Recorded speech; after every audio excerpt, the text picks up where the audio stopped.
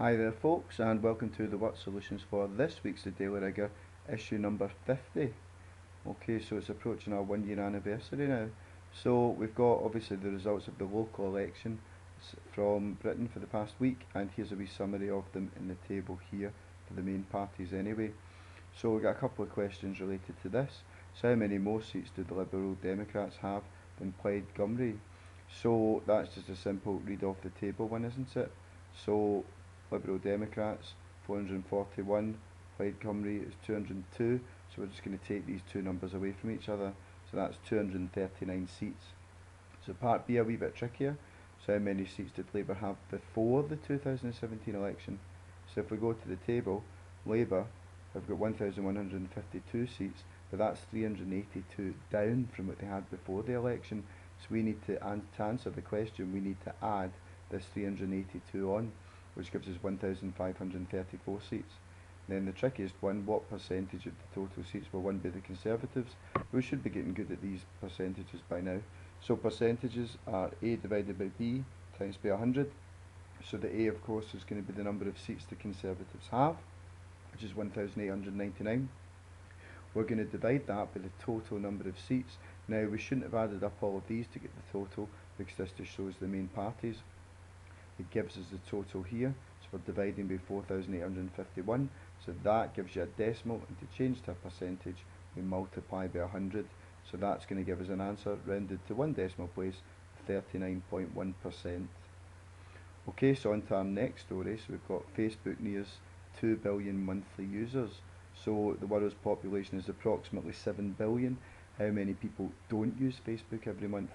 So that's of course just going to be a simple takeaway. But if you did it this way and get an answer of 5.06, you had to put the word billion after it to get the mark. So 5.06 billion, or in other words 5,006,000,000 of the world's population don't use Facebook each month. There is hope for the world after all, I suppose. Okay, so then we've got a really tricky multi-scaffolding question, no pun intended, in the social enterprise section. So we've got these shipping containers that have been made into homes for the homeless people in Bristol, and they're actually pretty luxurious inside. So the question is, how much would it cost to paint the 4 interior walls of the 6 containers shown? So let's go through this in stages. So the area of one of the walls of one shipping container. So on the left hand side and the right hand side we've got two rectangles, haven't we? So to get the area of one of those end faces, it's going to be the width times the height, which gives us 6.2937 meters squared. So to get either the front or the back, we would have to do the length times the height, which gives us 15.6954 meters squared. Now remember, we've got two of each of these, so the total area of all the walls is going to be 2 of them, add 2 of them, and that comes to a total area of all the walls in one of the shipping containers of 43.9782 meters squared. But of course, we had 6 containers in the picture, so to get the total area of all the walls of all of the shipping containers, we had to multiply this number by 6, which gave us 263.8692 meters squared. Now what that is that's the total area to be painted. So now we need to work out how many tins we need to buy. So each tin can cover 110 meters squared, so we need to figure out how many times this goes into this. In other words, a division. Now if we do that, we get an answer of 2.398810909, but we need to obviously think about this in terms of how many whole tins do we need. So we need 2 and a bit tins, which means we need to buy 3 tins. So for the purposes of this question and its context, we need to round this up to the nearest whole number. If we need 3 tins, and they each cost £9.99 each, we need to multiply the £9.99 by the 3, and that gives us a total cost of £29.97. So quite a lot to do in that question. If you got it right, I'm very impressed. Okay, so our last story from the world of fashion.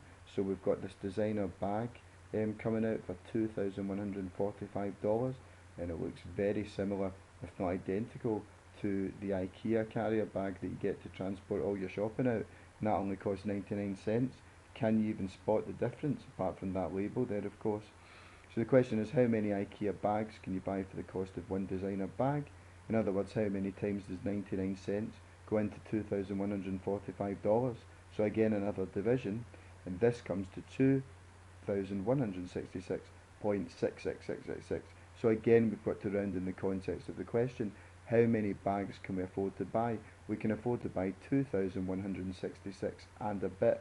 So therefore, for the context of this question, we have to round down. So the answer in the context of the question is 2,166 IKEA bags.